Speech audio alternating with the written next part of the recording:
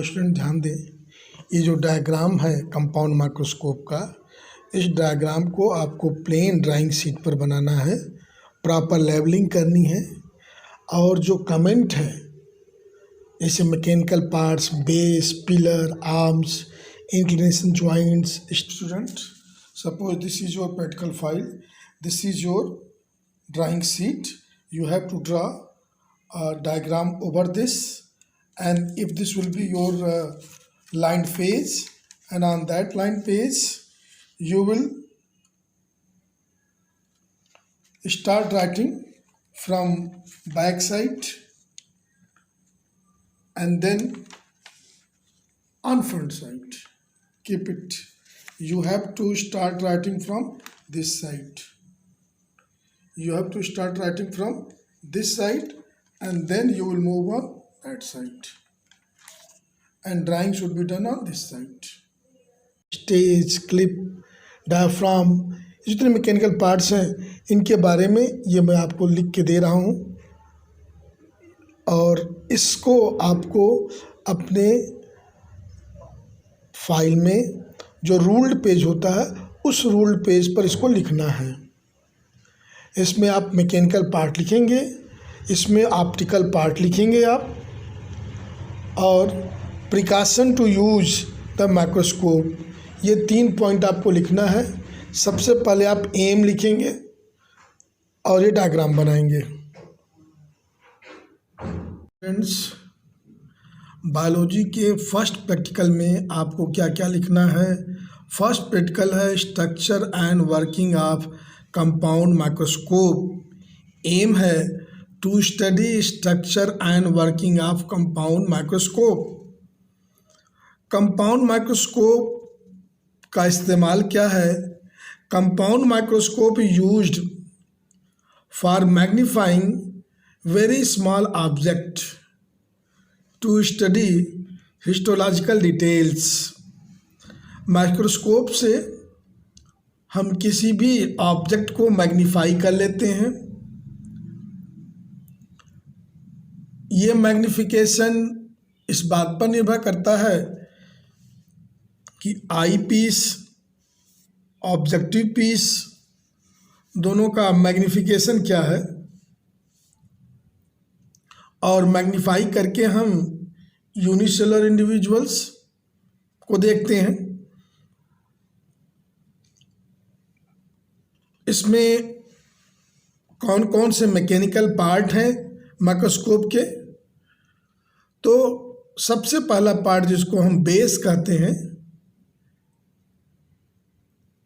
ये बेस जो है हार्स शू शेप्ड है और ये स्टेबल सपोर्ट देता है माइक्रोस्कोप को। माइक्रोस्कोप इसी बेस के आधार पर रखा जाता है।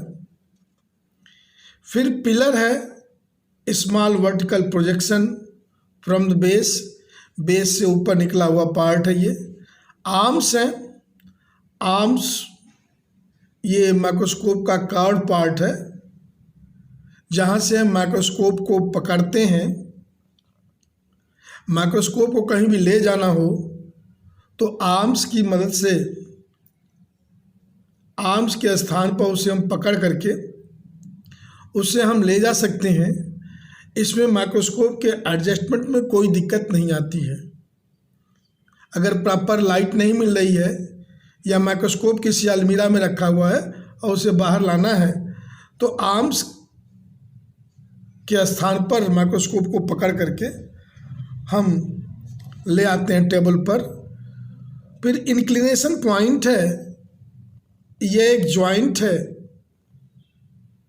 आर्म जिससे पिलर से जुड़ा हुआ है, और माइक्रोस्कोप को हम इस पॉइंट से हम उसको टिल्ट कर सकते हैं, लाइट एडजस्ट कर सकते हैं, उसको तिरछा सीधा कर सकते हैं। अगला है स्टेज। स्टेज जो है एक प्लेटफॉर्म है जिस पर हम माइक्रोस्कोप में देखे जाने वाले ऑब्जेक्ट को स्लाइड पर रखकर वहाँ लाते हैं। इसके सेंटर में एक होल होता है जिससे नीचे से लाइट पास होती है।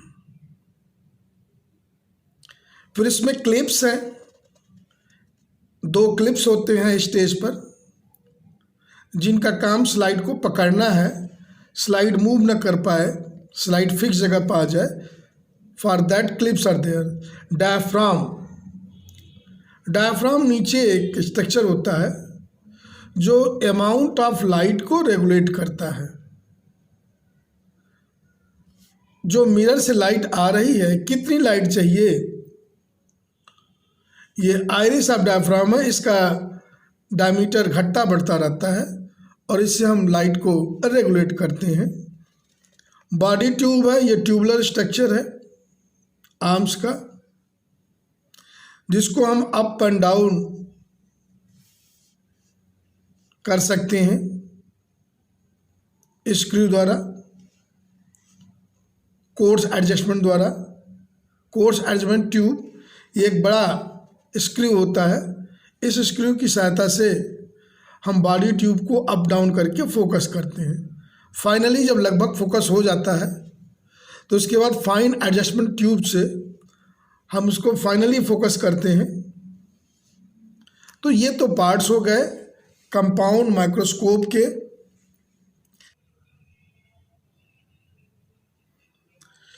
स्टेज देखिए, उस पर होल है, उस पर स्लाइड करेगा, स्लाइड क्लिप्स लगा हुआ है, उसमें हम स्लाइड डाल देंगे।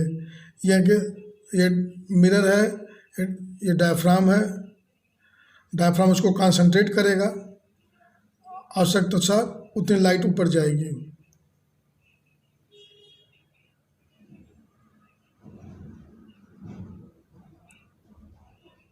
बेस के नीचे मिरर लगा हुआ है।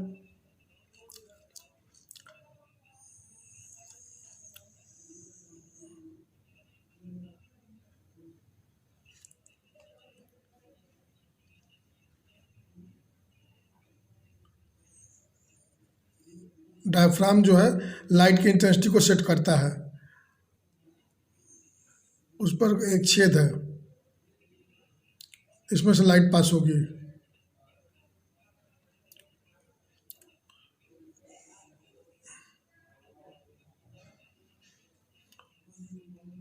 ऑब्जेक्टिव लेंस और आई लेंस से आप देखते हैं।